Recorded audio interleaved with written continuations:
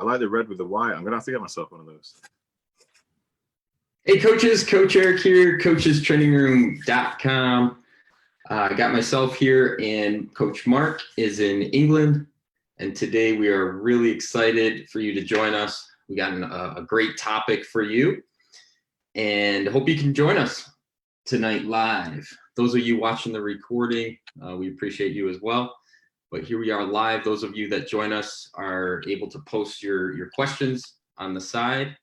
And today's topic is right off the bat is your own coaching identity. Why is it important? Coach Mark is going to cover that topic today, and feel free to post your comments and questions and where you're from in the comment section on the video below here. We will be tracking comments, and if we get time during the live today, we will cover your question.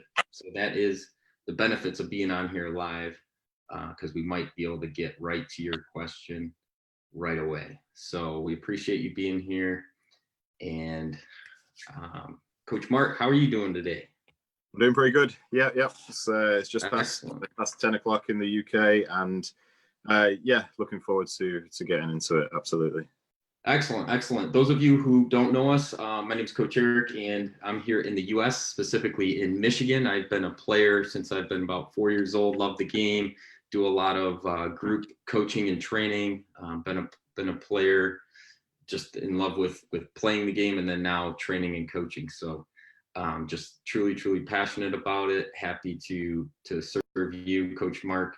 And I partnered up almost about 7 years ago now and created Coach's Training Room, created an app for coaches, and have just been loving this ever since, and so happy to do these lives. We started doing these lives and getting some great feedback. So we're glad to be here. And Coach Mark, if you want to intro yourself, I know definitely Coach Mark had been traveling around in the U.S. coaching other coaches on how to coach their teams. Has been involved with clubs at a high level and has several coaching certifications.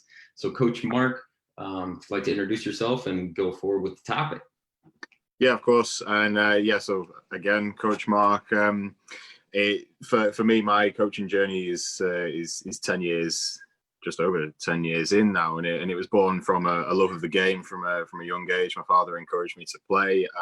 I got a lot of enjoyment out of the game, and having him come down and see me play. And of course, as that goes on, I got more involved, more excited by the tactical side of the game. I'm a big Manchester City fan from a very young age, not just recently with all the victories that have come over the last few years, at least. Really excited by the tactical side of the game. Been working with Eric now for, like he says, 7 years, and it's been a ton of fun. Just helping people and learning ourselves while we're doing it as well. You never, we're humble enough to know that we don't claim to know everything. We're still learning, absolutely, but what we're trying to do is just get as much information as we can from coaches everywhere, and put it into something that's easy to absorb. Take what you can from and apply it to your own methods, and that sort of leads us in nicely to what I would like to talk about today, and that is a coaching identity, because every coach, especially starting out, you have a ton of ideas, a ton of things that you've seen, maybe from professional coaches that you admire, or a team that plays a certain way, or coaches within your own peer group that are getting results and really bringing players on. But how does that apply to yourself? Because ultimately, and this is much wider scoped than just soccer. It is, your own identity and how you actually apply it.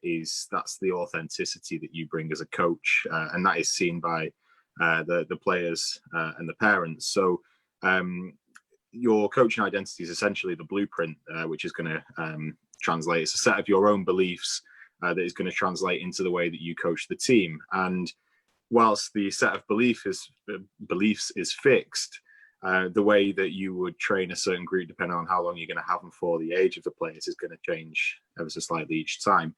but it's going to mold the underlying methods around how you do it. So with me so far, Eric, that was quite a lot of oh yes, making sense. Yeah, perfect. So we'll just go. I'll give you two, Coach A and Coach B. So Coach A, their belief. I'm just going to give you an example of identity of a professional coach here. So the belief that freedom of thought and encouragement of creativity builds confidence and empowered people. So freedom of thought and encouragement of creativity builds confidence, empowered people.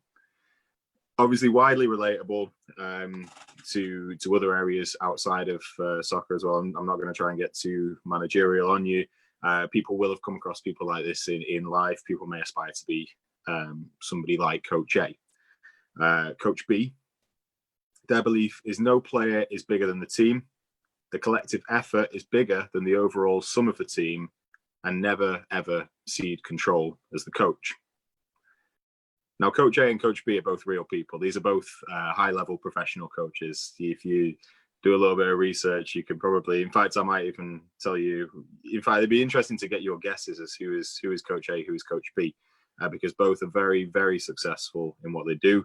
And neither is right or wrong, but it is two on that Libra scale. That is two opposite ends. You've got one who's encouraging creativity and freedom of thought, and the other who is creating these parts of a working machine that are going to obtain results.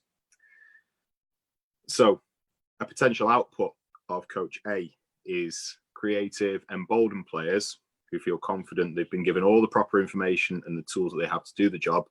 The coach or the manager is encouraging players to find their own solutions within that guidance. So it's really offering players a set of tools, explaining why you're doing certain things, but then also the freedom to roam within that particular role that they've got. Perhaps the opportunity to lead on the field if they're seeing other players that are, struggling with something. They can step in. It's just allowing that little bit of freedom. So coach isn't taking all the control of what's going on. They're instilling something into their players that allows them to step up. I've been fortunate enough to have managers in job roles before that try and that give you these tools to send you away to be a certain way. So obviously very, very grateful to people who've encouraged me in that sense to find your own solutions within their own guidance. So that is the potential output of Coach A's identity. A little bit of freedom, a little bit of creativity within a set role, but ultimately the tools to do the job. And Coach B, potential output ultimately is a well-drilled and disciplined group of players who follow orders to the T. They're going to work hard for each other, and the manager's decision is final. Now, neither example of Coach A or Coach B are an example of the best way to do something. I'm just giving you two opposite ends of the spectrum to see where you fall as a coach yourself. It'd be interesting to get some of the comments in obviously in there as to how you yourselves would do certain things, because again it's interesting for us to get that sort of feedback, or maybe just to have a little bit more thought yourself for how you do things, how you could possibly change things as you go to be a more effective coach. So just going back to the notes here, obviously two conflicting ideas, but ultimately again both can get results.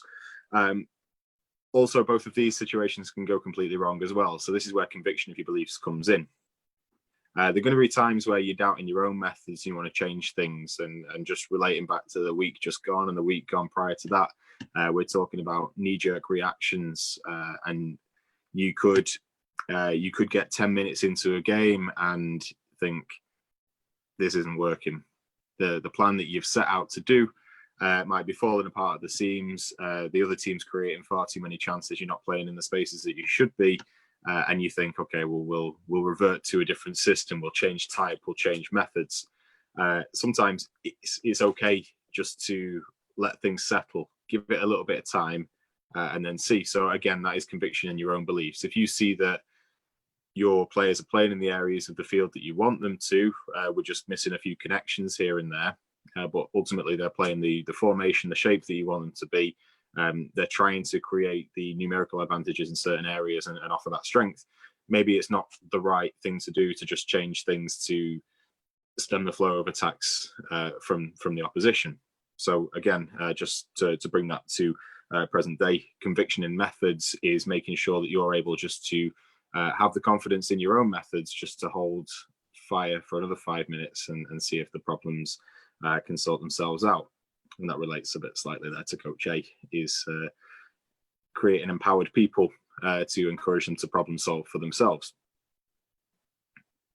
Great. Hey, coaches, don't forget to post in the comments. We got Coach Homer Williams the third from Louisiana Soccer Association. Thanks for joining us here live. Coach Homer, if you have any questions, please post in the comments. Thanks for joining us. Coaches, we got quite a few coaches on here live. Don't be shy. Share any questions in the comments, what you think so far, on the topic here. I posted, go ahead and share your own coaching identity in the comments, and we can talk further if you have any questions about what we're going through today. So appreciate you guys. And yeah, so anything that we've touched on already, I appreciate that some of the things that I've been mentioning here are applicable to, especially some of the things I've been talking about here. I've been referencing coaches who are at the top of their game here with, the budgets and the players at their disposal that they're able to change, rotate to create exactly what they want. So that's kind of what I want to just round back on that a little bit and just relate it to coaching youth soccer, which is what we're 99% of us here are doing, is coaching the youth. So applying your own methods to youth soccer is going to be a little bit more fluid than a strict set of beliefs. Ultimately, your set of beliefs is going to run deep, and that is going to influence how you coach those players. But you need to make sure that the methods align with the development plans of that group of players. Now, do you coach a player? Do you coach a team for a season? Or do you coach a team? Are you going to be staying with that team for a couple of years? That is going to decide how you actually implement your plan. If you're only going to have 3 months of those players, you might take a look at what's going on and you think, okay, some technical cleansing is necessary. I'm going to work within my own coaching ideas to make sure that those players are fine-tuned on their technique, so that the next coach that has them has the platform to build upon. So it might be that you want to get them all to a base level of technique. So you're going to try and bring all those players up to there so that the next coach can take them on to the next level. You might have them for a few seasons, in which case you can start to really bore down into some of the technical fine-tuning, but also the psychology of the team, the creation of that kind of unit that you would like to do, and within that you can start to, and it's not something that's going to click overnight, but you can really start to get into the sort of the psychology with the players, start picking out your leaders, start allowing your leaders to lead, or however it is that you're going to do it.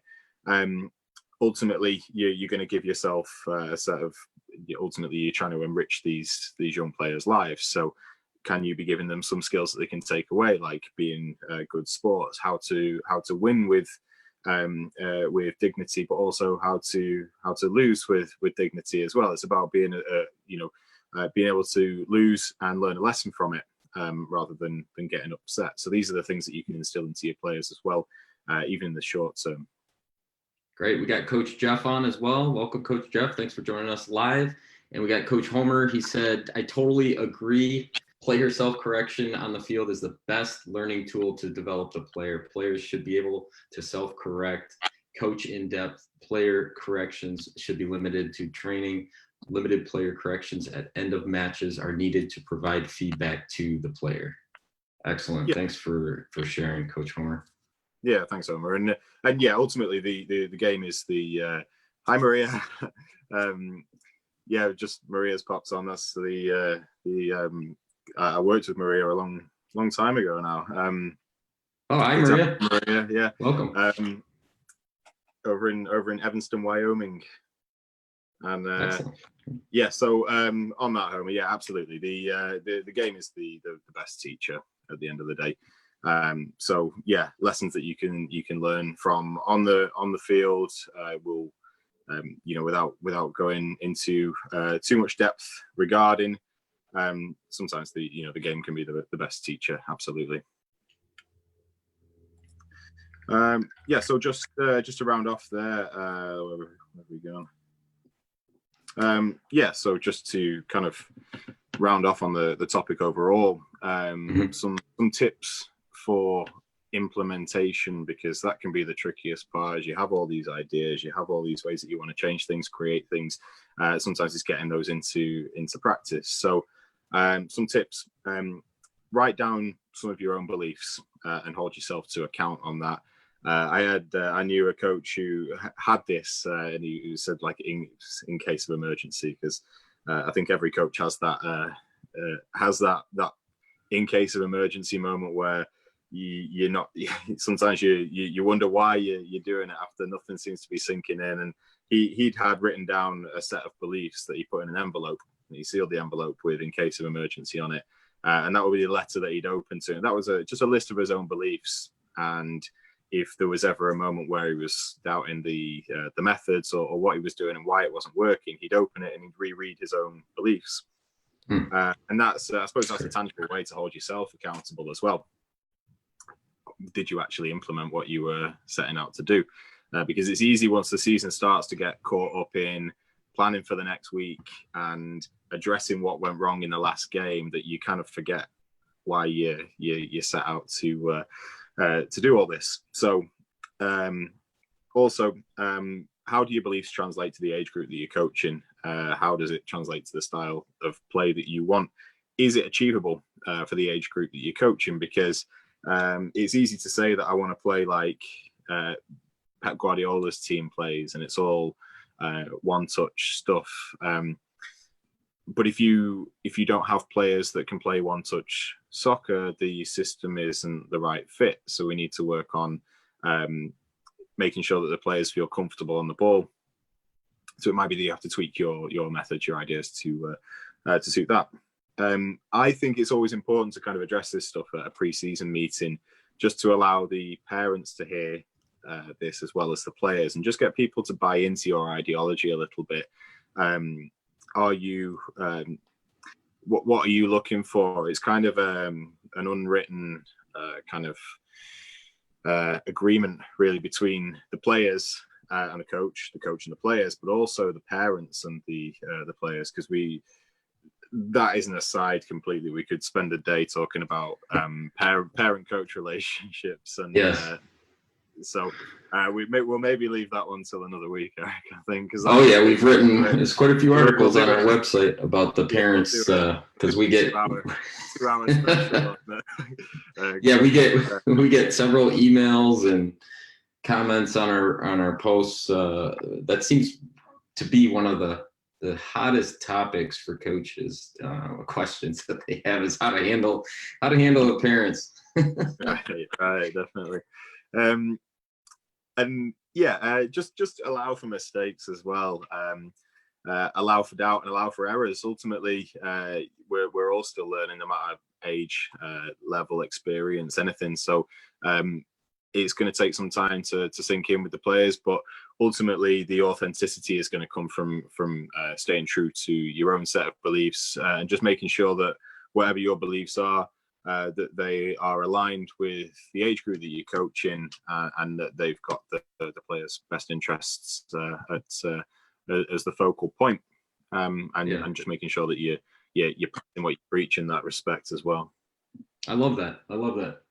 And so I think we should actually give some homework, a little bit of a takeaway homework today. Okay. Today then is for you coaches to write it down, write those down, and try the emergency envelope there as well. Just write down your own set of beliefs and share them with us as well, because it'd be interesting to get some ideas as to your own coaching methods and how you apply them, because ultimately one person's interpretation of a particular style could be interpreted 100 different ways for a particular age group, and so on and so forth. And how do you age up that those ideas? How do you take that from U8 to U10, U10 to U12, for example? You have to take into account the bigger field. Does your method still, whilst your ideas, your identity will remain true, how does that translate into your methods? So